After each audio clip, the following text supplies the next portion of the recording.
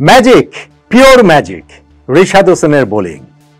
Leg স্পিনারের bowling দেখাটা এমনিতেই আনন্দময়, তার উপরে রিশাদ আজকে সেই লেগ স্পিন শিল্পের প্রকাশটা এত দুর্দান্তভাবে করলেন যে তার ওয়ানডে ক্যারিয়ারের সেরা বোলিংটাই করে ফেললেন।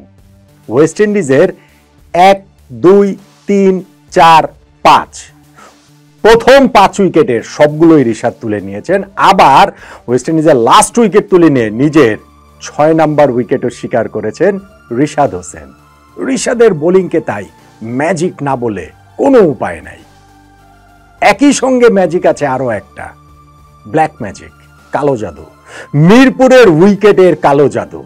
মিরপুর তার ওই ব্ল্যাক ম্যাজিকের পশ্রও সাজিয়ে বসেছিল আজকে, যেই কারণে ওয়ার্ল্ড ওয়ানডে ক্রিকেটের ফরম্যাট যেদিকেই যাক না কেন আমরা আমাদের সে আগের ফরম্যাটেই রয়েছে, এবং মিরপুরের এখন উইকেটের কালারটা যেহেতু আবার সেই কালোতে ফিরেছে, সেই কারণে কালো জাদুটা অনেক বেশি প্রযুক্ত হয়ে উঠছে। মিরপুরের ওই 22 গজের ব্ল্যাক সয়েলে ব্ল্যাক ম্যাজিকে বাংলাদেশ আজকে ওয়েস্ট ইন্ডিজকে ধসিয়ে দিয়েছে। নিজেরা ব্যাটিং করে যে 207 রান আমরা করেছিলাম তখনই মনে হয়েছিল সেইটা উইনিং টোটাল। ক্যারিবিয়ানরা তাদের ওপেনিং পার্টনারশিপে 51 রান তুলে সেটাকে একটু থ্রেট করার চেষ্টা করেছে, কিন্তু ওই পর্যন্তই। এরপরে রিশাদ হোসেনের পিওর ম্যাজিকে, মিরপুরের ব্ল্যাক সয়েলের উইকেটের ব্ল্যাক ম্যাজিকে বাংলাদেশ ওয়েস্ট ইন্ডিজকে 133 রানে অল আউট করে দিয়ে 74 রানে ম্যাচটি জিতে নিয়েছে। আফগানিস্তানের বিপক্ষে লাস্ট ওয়ানডে সিরিজে আমাদের যে বিপর্যয়, স্পেশালি লাস্ট ম্যাচটাতে মাত্র 93 রানে অল আউট হয়ে 200 রানে হেরে যাওয়ার যে বিপর্যয়, 3-0-তে ধবল ধোলাই হওয়ার যে বিপর্যয়, সেইটা সামলে ওঠার পথে প্রথম পদক্ষেপটা আমরা আমাদের চেনা ফর্মুলাতেই করলাম।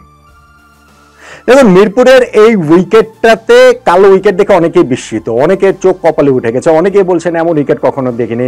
ওয়েস্ট ইন্ডিজের কোচ ড্যারেন সামি বলেছেন তাকে আমি বলতে দিতেই পারি, কিন্তু আমি ঠিক বুঝলাম না যে এই ক্রিকেট ফলো যারা করেন তারা মিরপুরের এই উইকেট দেখেননি।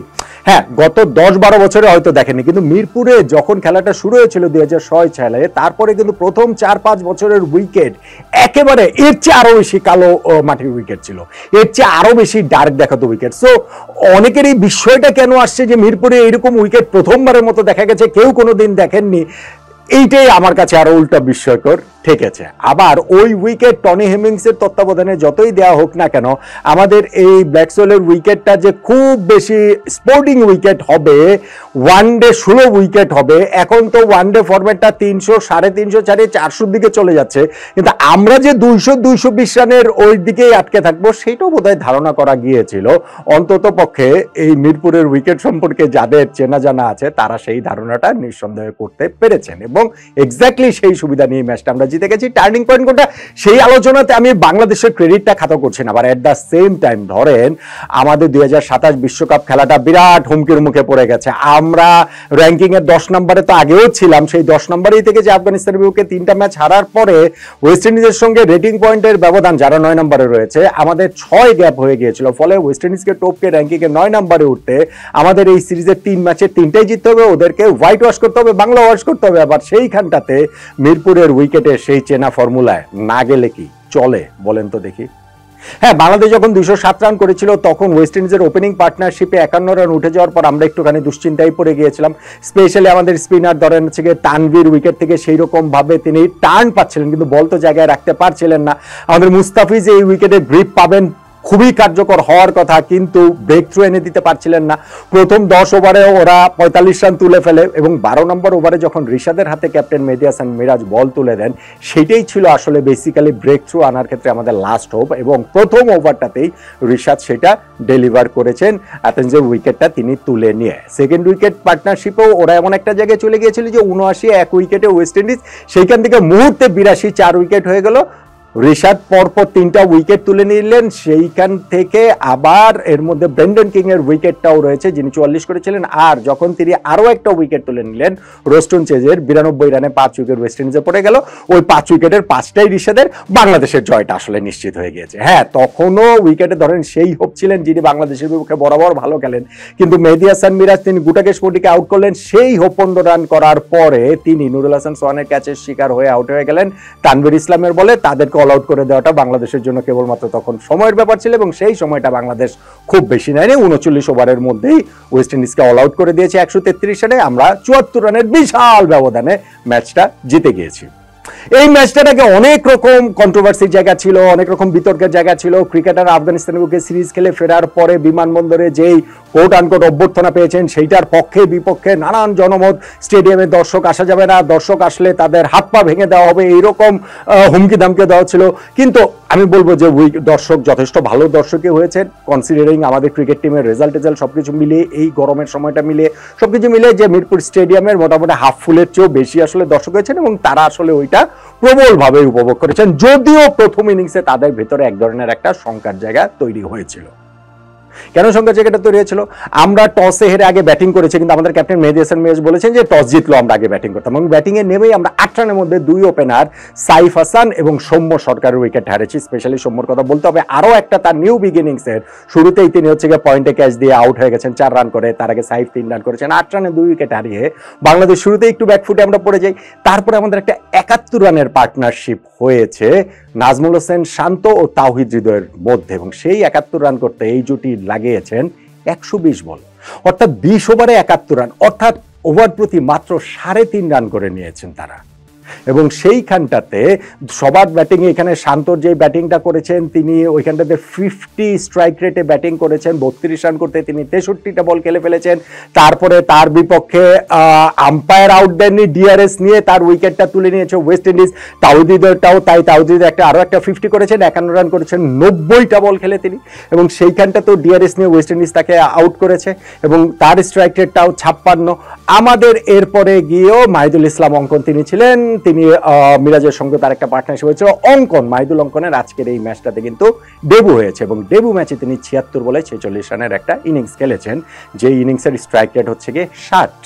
কিন্তু মিউজিকটা তিনিও ফেস করেছেন, দর্শকদের মিউজিকটা তিনিও ফেস করেছেন, স্পেশালি তার ভেরি স্লো স্টার্টে যখন হচ্ছে গিয়ে শুরুতেই তিনি প্রথম 22 বলে মাত্র 4 রান করেছিলেন। আমি তখন ওই যে স্টেডিয়াম আমাদের প্রেস বক্স থেকে উপরে যে ওভারফ্লো রয়েছে সেইখানে গিয়ে একটু খেলা দেখছিলাম, এবং সেইখান থেকেই শুনতে পাচ্ছিলাম যে দর্শকরা কিভাবে ভুয়া ভুয়া বলছে। যাক, ওইটা একটু রিকভারি করেছেন মাহিদুল অঙ্কন। তারপরও প্রথম 50 বলে তার মাত্র 22 রান ছিল, সেইখান থেকে 76 বলে 46 রানের রিকভারিটাকে খারাপ বলা যাবে না, বরং 50টা পেলে ভালো হতো, যে ডেবু ম্যাচে এই ওয়ানডেতে 50 পেলে সেটা তার কনফিডেন্সের জন্য আরেকটু বেটার হতো। শেষ দিকে গিয়ে বরং রিশাদ হোসেনের যে 13 বলে 26 রানের ইনিংসটা রয়েছে, সেই ইনিংসটার কারণেই বাংলাদেশের স্কোরটা আসলে 200 পেরিয়েছে। 207 রান আমরা করেছি, যদিও আমরা 50 ওভার পুরোটা খেলতে পারিনি। আমাদের এই সিরিজ শুরু হওয়ার আগে, ওয়েস্ট ইন্ডিজ এর বিপক্ষে সিরিজ শুরুর আগে যখন আফগানিস্তানের বিপক্ষে আমরা সিরিজ খেলছিলাম, তখনই কিন্তু লাস্ট ম্যাচের পর আমাদের ক্যাপ্টেন মেহেদী হাসান মিরাজ বলেছিলেন যে ওয়ানডেতে এখন 50 ওভার ব্যাটিং করাই তাদের টার্গেট। এইটা বাংলাদেশের ক্রিকেটকে মোটামুটি 20-25 বছর আগে ফিরিয়ে নিয়ে গেছে। মোটামুটি সেই হাবিবুল বাশার যুগের ক্যাপ্টেন্সি, খালেদ মাহমুদ সুজন যুগের ক্যাপ্টেন্সিতে আমাদেরকে ফেরত দিয়ে গেছে, যখন আমরা আসলে 50 ওভার ব্যাটিং করতে পারাটাকে এক ধরনের সফলতা মনে করতাম। এখন সেইটা মিরাজ বলবেন না কেন, এই বছর এর আগে যে 8টা ওয়ানডে ম্যাচ বাংলাদেশ খেলেছিল তার মধ্যে কেবলমাত্র একটা ম্যাচে পুরো 50 ওভার ব্যাটিং করতে পেরেছে। এই ম্যাচটা তো আমরা 50 ওভার ব্যাটিং করতে পারিনি। লাস্ট 5 ওভার 5 উইকেট নিয়ে ঢুকে আমরা 50 ওভার ব্যাটিং করতে পারিনি। 49.4 ওভারে আমরা 207 রানে অল আউট হয়ে গিয়েছিলাম, এবং সেই স্কোরটা কি আসলে জয়ের জন্য যথেষ্ট কিনা এটা নিয়ে অনেকের মধ্যে অনেক সংশয়ের জায়গা তৈরি হয়েছিল। আমার ভেতরে আসলে কোনো সংশয় ছিল না। ইনফ্যাক্ট প্রেস বক্সে ছিলাম, আমরা সাংবাদিকরা আলোচনা করছিলাম যে অবশ্যই বাংলাদেশ এই ম্যাচটা জিতবে, সহজেই জিতবে। শুরুতে ওদের ওপেনিং পার্টনারশিপটা হয়ে গিয়েছিল বটে, সেইখানটাতে ক্যারিবিয়ানদের কৃতিত্ব হচ্ছে আমাদের এলোমেলো বোলিংটারই আসলে ব্যর্থতার দায় বেশি। এবং ওয়ান্স রিশাদ চলে আসলেন এবং তিনি যখন হচ্ছে রাইট জায়গাটা পিক করতে পারলেন, রাইট বোলিংটা করা শুরু করতে পারলেন, এবং সেই সঙ্গে সঙ্গে উইকেটও তার ম্যাজিক দেখাতে শুরু করলো, ব্ল্যাক সয়েলে ব্ল্যাক ম্যাজিক দেখাতে শুরু করলো। এরপর গিয়ে ওয়েস্ট ইন্ডিজের আসলে আর কোনো জবাব তাদের সামনে ছিল না, যেই কারণে তারা বিনা উইকেটে 51 কিংবা 1 উইকেটে 79 থেকে 3 উইকেটে 82, 4 উইকেটে 92, 5 উইকেটে 100, এরকম 1 উইকেটে 79, যেই কারণে যেটা আমি বলছিলাম যে বিনা উইকেটে 51 থেকে 1 উইকেটে 79, 2, 3, 4 উইকেটে 82, 5 উইকেটে 92, 6 উইকেটে 100, এই ধারাবাহিকতায় তারা মাত্র 133 রানে তাদেরকে আমরা অল আউট করে দিয়েছি। এবং সেইখান থেকে রিশাদ হোসেনের 6 উইকেটের গুরুত্বটাই অ্যাপারেন্টলি সবচেয়ে বেশি। রিশাদের ক্রেডিট আমি মোটেই কেড়ে নিচ্ছি না, কিন্তু একই সঙ্গে রিশাদের ওই ম্যাজিকের সঙ্গে সঙ্গে মিরপুরের ব্ল্যাক সয়েলের ব্ল্যাক ম্যাজিকের কথাটাও বলতে হবে।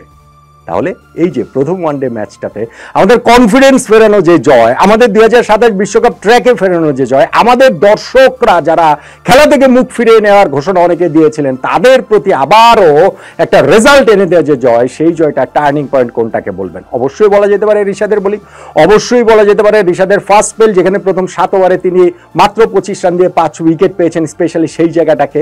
কিন্তু আমার কাছে ভাই টার্নিং পয়েন্ট ব্ল্যাক ম্যাজিক, মিরপুরের ব্ল্যাক সয়েলের ব্ল্যাক ম্যাজিকেই বাংলাদেশ এই ম্যাচটা জিতেছে বলে আমার কাছে মনে হয়। ওইটাই আমার কাছে, মিরপুরের উইকেটটাই আমার কাছে টার্নিং পয়েন্ট।